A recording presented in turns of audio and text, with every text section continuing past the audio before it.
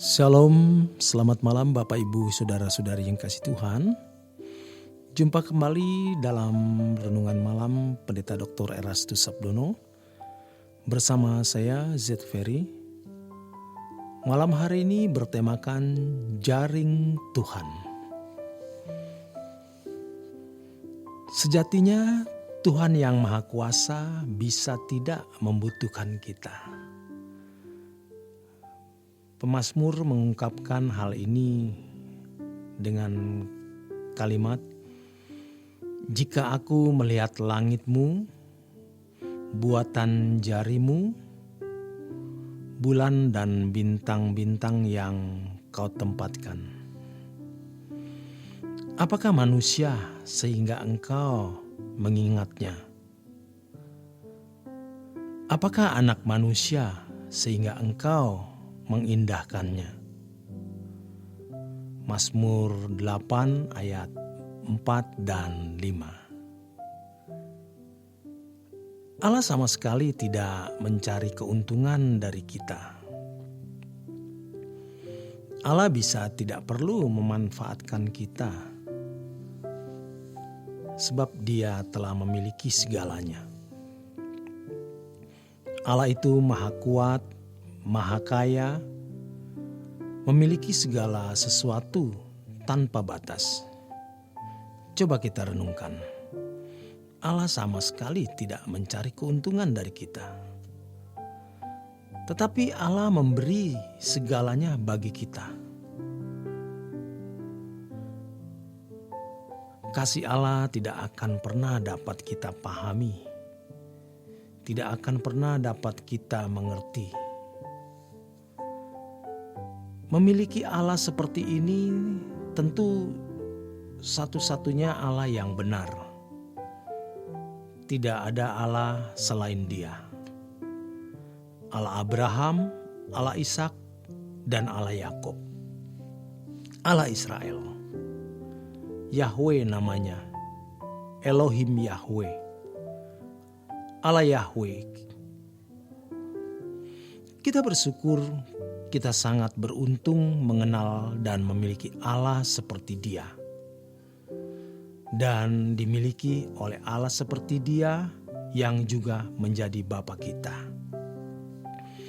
Oleh sebab itu, hendaknya kita tidak memiliki keraguan sama sekali terhadap Allah.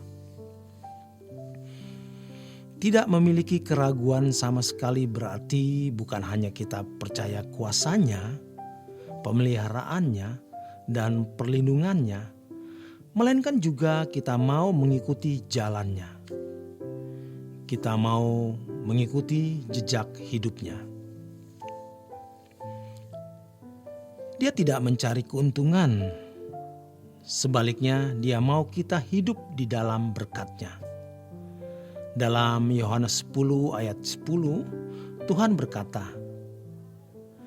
"Pencuri datang hanya untuk mencuri dan membunuh dan membinasakan. Aku datang supaya mereka mempunyai hidup dan mempunyainya dalam segala kelimpahan." Kata kelimpahan di sini harus dipahami sebagai kelimpahan dalam kualitas.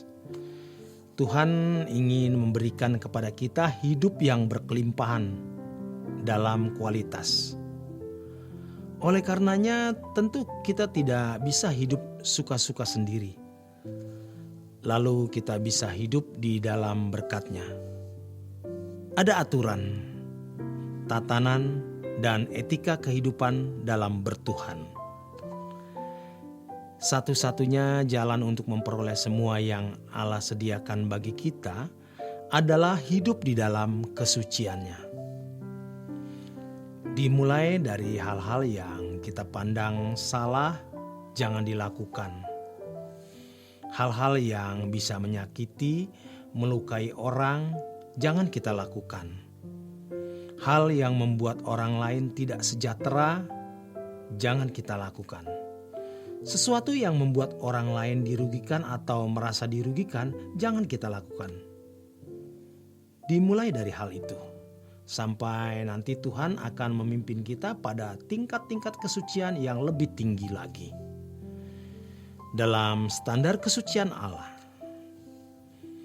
Memang ini hal yang berat, tetapi ini satu-satunya jalan untuk hidup dalam naungan perlindungan Tuhan. Kalau kita hidup di dalam dosa, kita tidak layak hidup di dalam perlindungannya. Kita yang dibenarkan harus hidup di dalam pimpinan Roh. Dan Alkitab mengatakan bahwa memang kita orang-orang yang beruntung. Orang yang beruntung bukan hidup menurut daging, tetapi untuk hidup menurut Roh. Roma 8 ayat yang keempat.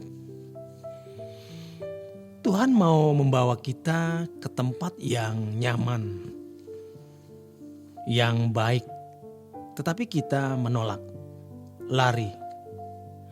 Mendengar kata Tuhan, mendengar kata suci, kita langsung merasa tidak nyaman. Tuhan ingin membawa kita keluar dari dunia ini untuk masuk ke dalam kerajaan surga.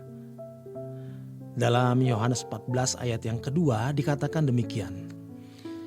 Di rumah Bapakku banyak tempat tinggal. Jika tidak demikian, tentu aku mengatakannya kepadamu. Sebab aku pergi ke situ untuk menyediakan tempat bagimu. Kita harus memberi diri rela dijaring. Jangan lari dari jaring Tuhan.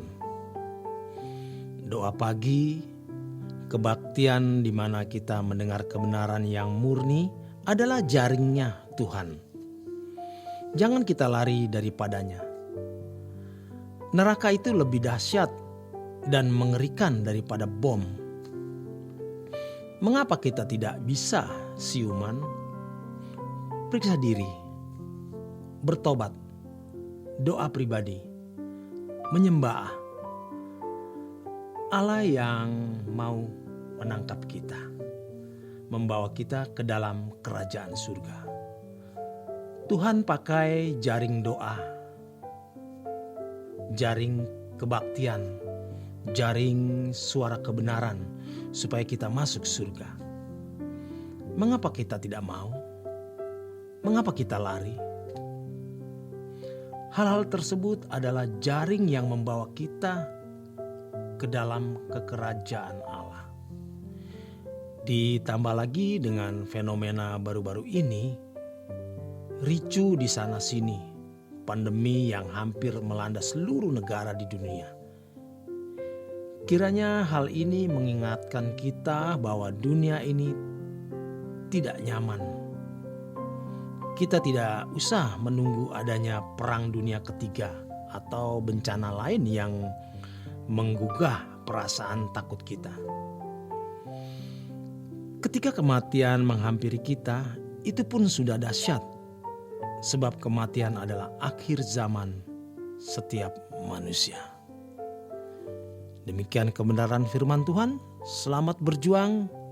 Tuhan memberkati.